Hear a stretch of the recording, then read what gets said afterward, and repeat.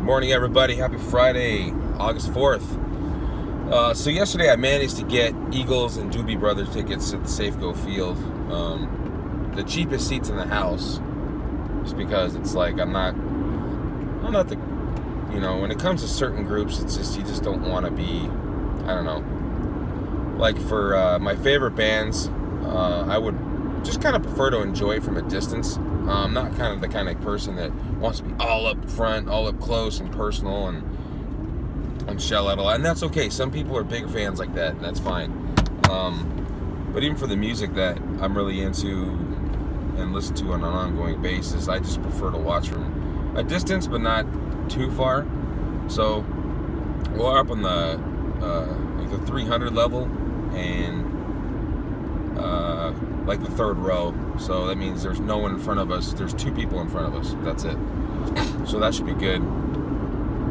So cheapest seats in the house were like $56, and then you got to add on all those other additional fees, and so it comes out to about $80 a ticket. It's kind of crazy though, but so they charge for all these access fees and stuff like that. So we're going to go see them in late September. So that'll be great. I know that the Eagles said they're only doing like 2 more shows, and this happens to be one of them. So it's kind of great seeing a classic band that I grew up listening to, and my parents listened to, and get to see them in person. So I was kind of thinking about how my girlfriend has been really putting in effort and time into working out and making a dedicated effort to do it. And I can tell you honestly that just from my own perspective, I definitely see a change in her. I mean, she showed me a picture of herself from 5 years ago, and her face is definitely thinner. And she looks like she's definitely lost weight, which is what the most people that work out, that's what they shoot for. They want to see the results. They want to see the results on the scale, and then they want people's affirmations of, hey, it looks like you're losing weight. There's like 3 stages of like benefits from health of working out and all that. So for myself, so with her anyway, back to her, she has been really pushing herself hard to do this, and I know it's not easy. She definitely has a much more strenuous job, at least mentally. My job's sort of relaxed in a way that I create my own curriculum. I do have a really busy day on Thursdays where I train in the morning, and then I type up my evaluations and my assessment and my report of that training every afternoon on Thursday. And my job tends to be, there's a lot of freedom to do what I want. The stuff that I put my employees through, I don't do that unless I do it myself. So if I can do it and I see a benefit to it, I test drive a lot of things, and then I give it to them and I present it to them. So I do a lot of that, and I also have the ability every single day when lunchtime comes around, I can go outside and run.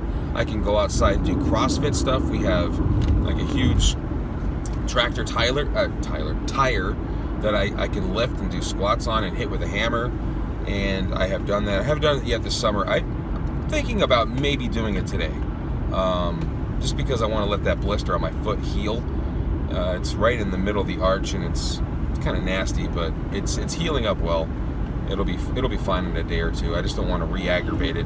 So I might just let that kind of heal and just do a lot of lifting like that. I just know my legs will be dead this weekend because of the squats. But I have the ability to do all of that. She doesn't. And so this comes into the point of people have certain careers that allow them the freedom to do that, and some people don't. And the ones that don't usually get paid a lot more, so it's a delicate balance of you get paid a lot of money, but you don't get a lot of freedom to do what you want to do. And if you choose to work out, it's tough to do, and I understand that. For myself, I don't think you could put me in any kind of job really to where I won't find time to do something physically, at least work out or run. I'll always find time to do something like that. Now, having access to a shower afterwards is a major issue, because I'm sweaty, man. I sweat a lot, no matter what I'm doing. And so we have an access to a shower. We have, I think, 2 showers at my work, and there's also a gym right down the road that we pay $20 a month for, that we have access to, and there's a number of showers in there. So, I have the ability to do all of that, at work, and she doesn't. So for her, all the driving she does, all the driving around that she does, and she gets home, she has to do her workout at home or do it after she gets off work. And there's a lot of pressure there, because, as soon as we get home, our daughter is, asking for attention, wants to play with us and talk with us and spend time with us and things like that. And so we have to cook and clean and get ready for the next day.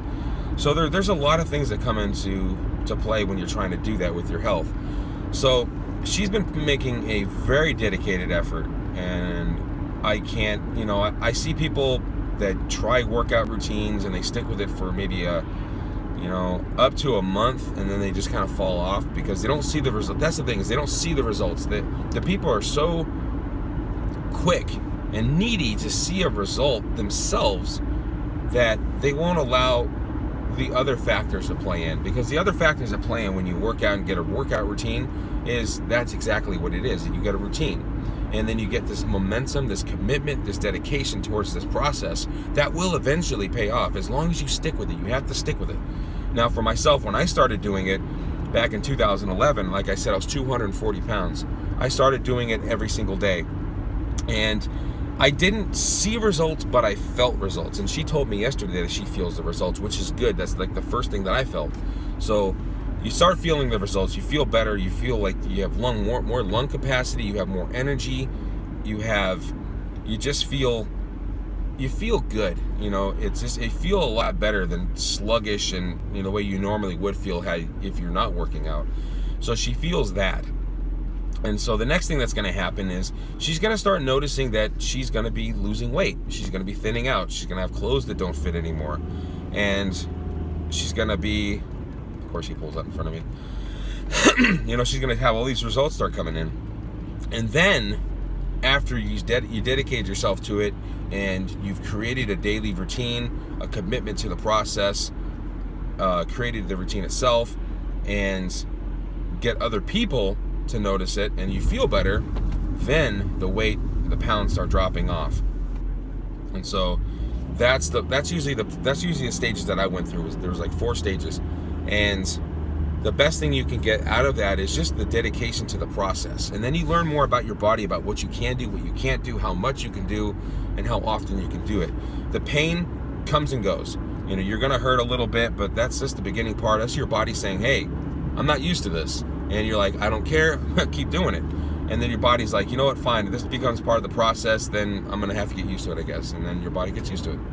And a lot of people, they feel that initial pain after a week of working out.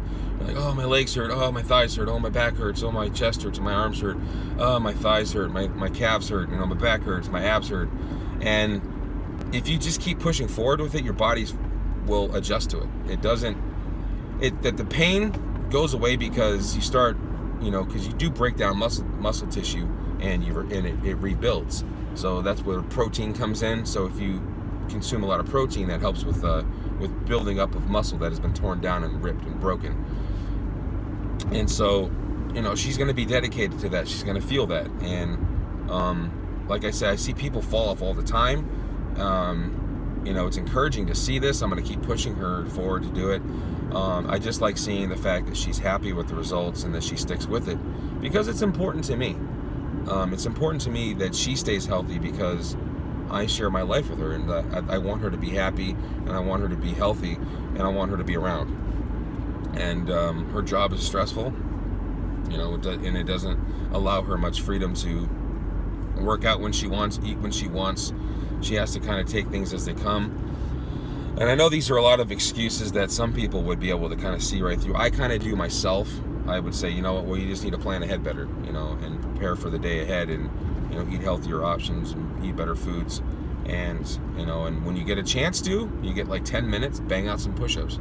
I would do that, but That's the thing, is I've been doing this for 6 years, nonstop, every day, maybe taking a day off here and there, and not many, or days when I'm injured. So I stick with it. And so with her, one of these days, she sticks with it long enough, she'll start seeing that she can do these things anywhere she can, because of the fact she sees the benefit to it.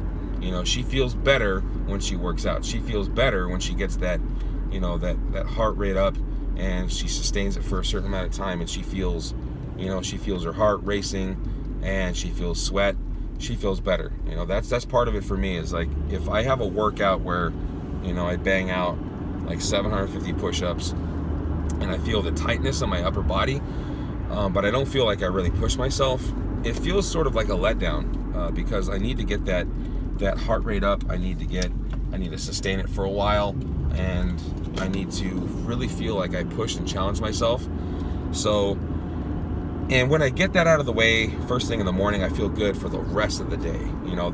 The second workout I do at lunch is, I can just do some curls or something, or some planks, and just be fine. Do some sit-ups, and that's fine, as long as I do something other than sit down and eat. And so it's a second workout. So right now, I didn't wake up this morning. I kind of slept in, just because the heat has been so bad. It's just been hard to get a good night's sleep. But I didn't work out today, so I'm going to kind of push myself during lunch today, and I'm just proud of her. Ultimately, I'm just proud of the way that she's progressed. She's stuck with it. She sees the results. She feels the results. She will start seeing them as long as she sticks with the process, and I'm going to do what I can to encourage her to stick with it until that happens, because she will see the benefit to it. And being a mother and being a parent is no excuse.